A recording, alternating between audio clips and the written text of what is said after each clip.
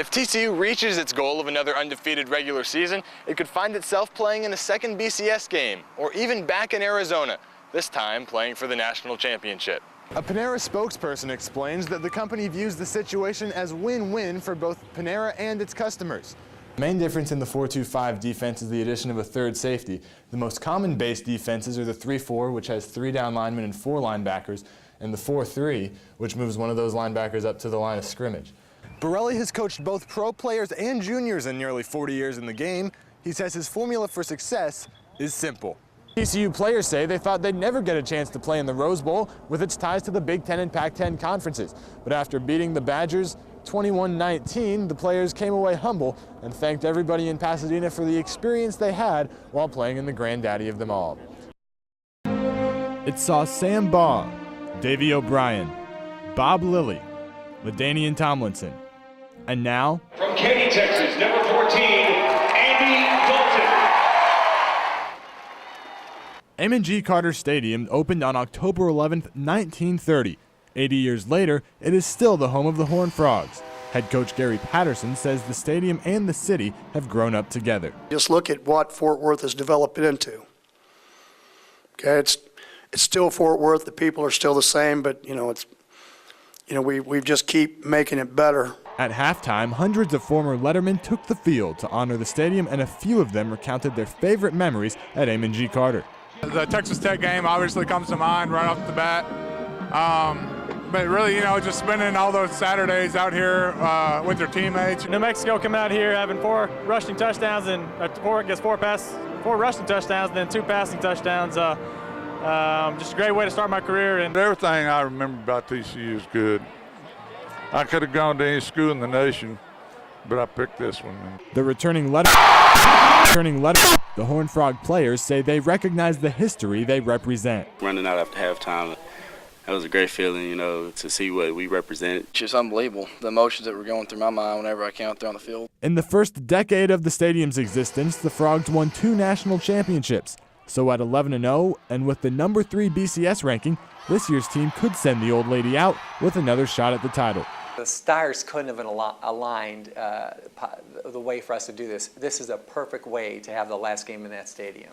Wouldn't that be great? I mean, to me, that's kind of fitting, for all those guys who played on this field before, to know that all that work has paid off with an opportunity to play for a national championship game. I think that says a lot about the legacy of those players in this stadium. It's seen 12-0 and 0-11. And after over 400 games, the original M&G Carter Stadium has seen its last.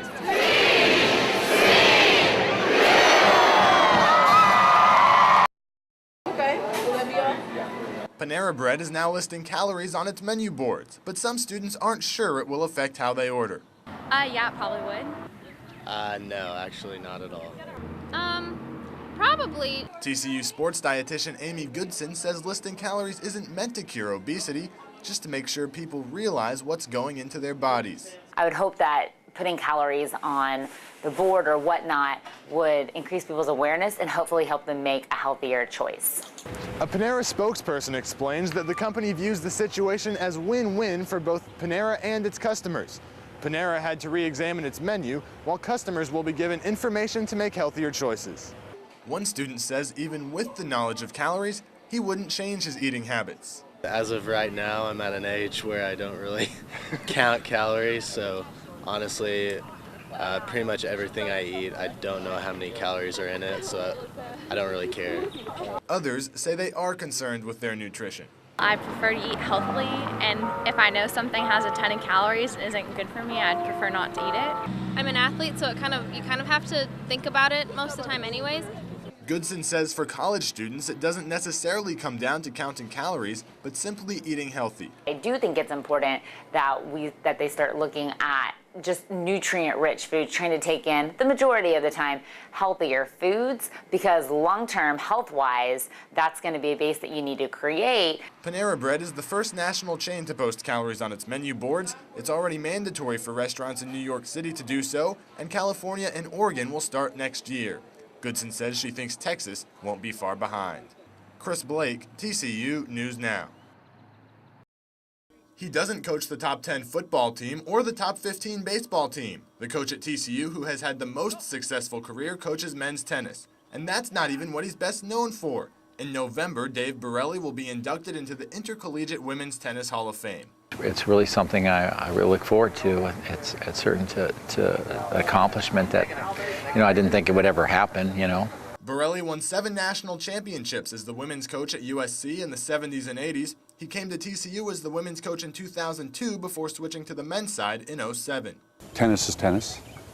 Recruiting student athletes, I think that the basic formats of the game are the same.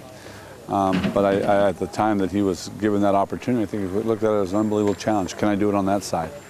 Borelli has coached both pro players and juniors in nearly 40 years in the game. He says his formula for success is simple.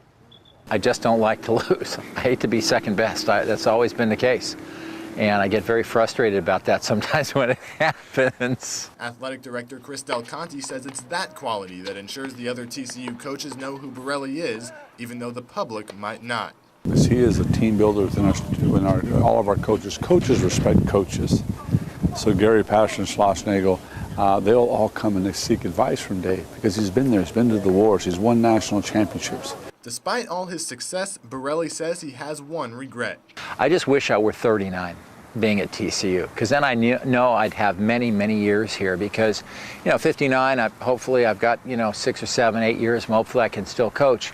But the thing is that it's just such a good place. Borelli has had modest success with the men's team, which has won 2 regular season conference titles under his watch. He says he will continue to follow the same process that he used with the women's programs at USC and TCU. Chris Blake, TCU News Now.